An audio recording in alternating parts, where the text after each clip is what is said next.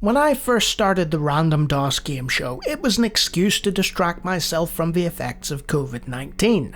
I had no idea what I was doing with this stream of consciousness, and as the early episodes progressed, I grew steadily more delirious and unwell. During that maiden voyage, I came across some games that really surprised me for a number of different reasons. Here's 10 of them in chronological order, picked from the first 200 games I played. Muckmen from Mars. The first 10 DOS games I played were a mixture of playable but uninspiring, or downright awful, and by the time I'd come to this random game, I was considering packing it in. Which is precisely why Muckmen from Mars was such a surprise to me. The limited graphics and sound had me prepared to ditch the entire show within minutes, but the entertaining gameplay kept me going, and made me realise that there were DOS titles I had never heard of that could entertain me. Nebula Fighter. This was the first game that was randomly requested by one of my subscribers. An Italian side-scrolling shooter that I'd never heard of. I went into the shareware version fully expecting a letdown, and ended up playing the entire game in one sitting. It was brilliant, and the first title on the show that left me thinking, wow, this is legitimately amazing. Shanara. After struggling through several more terrible titles, I came across a name I recognised.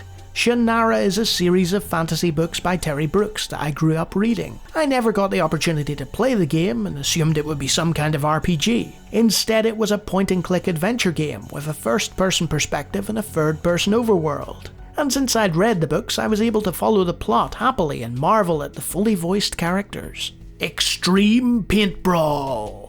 A build engine game? Surely it can't be that bad, right? Little did I realise that I was playing what is considered to be one of the worst games of all time. Extreme Paint Brawl is brutal, with terrible AI that compensates with pinpoint accuracy that will infuriate you endlessly should you choose to keep playing it. Fortunately, I decided against doing that. It Came from the Desert. This is the game that convinced me to make this video. I went into It Came from the Desert completely blind, expecting some kind of cheesy horror action game that didn't hold up due to its publication date being in the 80s. What I got was a first-person real-time adventure game with an intriguing plot, well-written dialogue, and entertaining characters. There was even a shooting segment, and a top-down hospital escape scene. This kind of genre-blending craziness was peak DOS gaming, and something you never see enough of these days. Barbarian. Not all of my surprises were good surprises.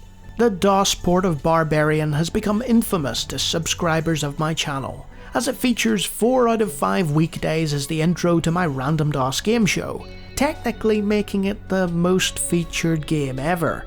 The control system was abysmal, our Barbarian protagonist dim-witted and sluggish, and the sound atrocious, capped off by the pathetic shout he would let out every time he was defeated and face-planted himself. Rise of the Dragon. A story-rich, real-time cyberpunk adventure title that invited me into its grimy, murderous world and insisted I stay. Then arrested me for public indecency. The parallels between this title and It Came from the Desert are obvious, and they both come from that same period of time where PC gaming was just starting to take off in earnest. A great narrative adventure with the kind of gaming systems you just don't see much of anymore. Terminator Future Shock. I knew of Future Shock and the hype surrounding it back in the 90s because I read PC Gamer UK. It was emblazoned on the cover and the mag had an enormous in-depth article about it, praising this upcoming company called Bethesda Softworks. I wonder what happened to them. What surprised me most about the game was that it allowed for WASD movement, mouse look, and even had a grenade hotkey. These were features that I assumed came much later in the day with first-person shooters. On top of that, it had open-world environments, fully 3D enemies, and buildings that you could enter. This came out around the same year as the Ultimate Doom. Eamon.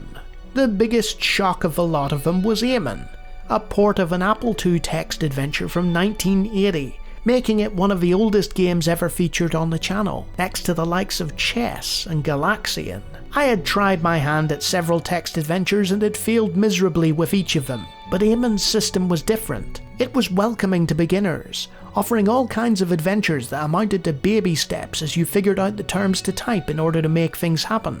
I played it for over 20 minutes and it featured in a top 25, the only text adventure game to manage this. It also had a neat Ultima-style overworld with shops. Speaking of Ultima, Ultima Underworld.